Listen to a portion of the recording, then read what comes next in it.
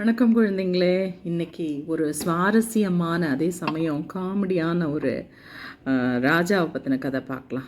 ஒரு ராஜா இருந்தாராம். அவருக்கு நல்ல ஞாபகத்திறன். அப்போது புலவர்களெல்லாம் அவரை அரசபையில் அவரை பற்றி பாட வந்தால் இவர் என்ன பண்ணுவாராமா, அந்த கேட்டு அப்படியே பாடிடுவாராமா. அது மட்டும் இல்லை, வேலையாலேயே அதே மாதிரி 2 முறை கேட்டால் பாடுற மாதிரியும், பணிப்பெண்ணு 3 முறை கேட்டால் பாடுற மாதிரியும் தயார் பண்ணி வச்சுருந்தார். ஸோ என்ன சொல்வாராம்மா, இங்கே பாருப்பா, ஏற்கனவே நீ பாடின பாட்டு நான் திருப்பி பாடிட்டான்னா, அது மட்டும் இல்லை, என் வேலையாளும் பாடுவான், என் பணிப்பெண்ணும் பாடுவாங்க. இப்படி எல்லாரும் நாங்கள் 3 பேரும் பாடிட்டா அந்த பாட்டு புது பாட்டுன்னு ஒத்துக்கவே முடியாது. அப்படி ஒரு வேளை எங்களால் பாட முடியாட்டி உனக்கு ஏட்டட, அதாவது அந்த ஓலைச்சுவடியோட எடைக்கு பணம் நான் தரேன். ஆனால் நாங்கள் பாடிட்டோம்னா நீங்கள் தான் எங்களுக்கு 100 காசு கொடுக்கணும் அப்படின்னு சொல்லி வச்சுருந்தாராம்மா. இந்த ராஜா என்ன பண்ணுவாராம்மா, வர்றவங்கள பாட சொல்லுவாராம்மா. இவருக்கு தான் நல்ல ஞாபகத்திறனாச்சே. இப்போ இவர் அதை திருப்பி பாடிடுவாராம்மா. அப்போ அந்த வேலையாளை பார்ப்பாராம்மா.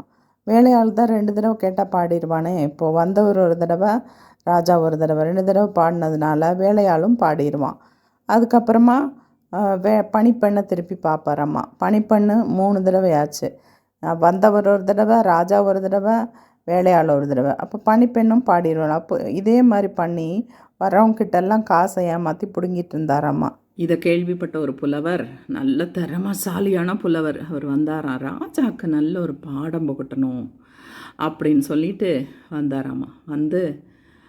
ராஜா கிட்ட, ராஜா அவங்கள பற்றி நான் ஒரு பாட்டை எழுதிட்டு வந்திருக்கேன், நான் பாடவா? சரிப்பா பாடு அப்படின்னாராம்மா. பாட ஆரம்பித்தார். பார்க்கணும், ராஜாக்கு அப்படியே தலை கிறுகிறுத்து போச்சு. நல்ல எதுகமான எல்லாம் போட்டு ரொம்ப கரடு முரடான ஒரு கஷ்டமான பாட்டை எழுதிட்டு பாடிட்டார் புலவர். இப்போ இவருக்கு என்ன பண்ணுறதுன்னு தெரியல. மனசில் நினச்சிட்டாராம், சரி இப்போ என்னத்தை போயிட்டு எத்தனையோ பேர்கிட்ட நம்ம ஏமாற்றி பிடுங்கியிருக்கோம்.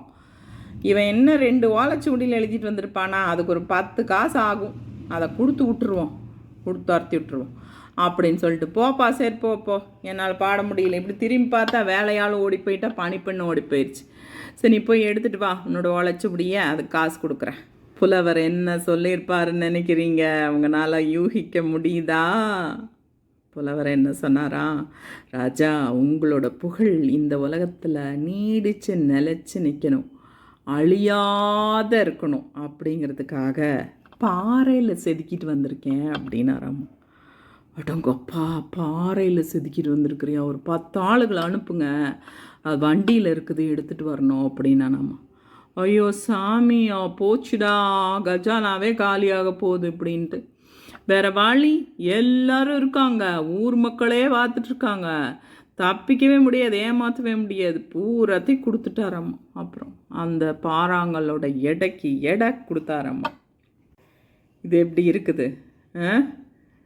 ஒரு கெட்டிக்காரனுக்கு ஒரு கெட்டிக்காரன், ஒரு எத்தனுக்கு ஒரு எத்தன் பிறக்காமலாக இருப்பான் இந்த உலகத்தில். ஸோ ஆகவே யாரையும் நம்ம ஃபூல் பண்ணக்கூடாது. நம்ம ஏமாற்றிக்கிட்டே இருந்தோம்னா ஒரு நாள் நாம் ஏமாறும்படியான ஒரு நிலைமை வரும். அதைத்தான் இந்த ராஜா நம்மளுக்கு சொல்லி கொடுக்குற பாடம். கரெக்டா? கதை நல்லா இருந்துச்சா? மீண்டும் ஒரு கதையுடன் உங்களை நான் சந்திக்கிறேன். இப்படிக்கு டாடா ஃப்ரம் சுஜாமா.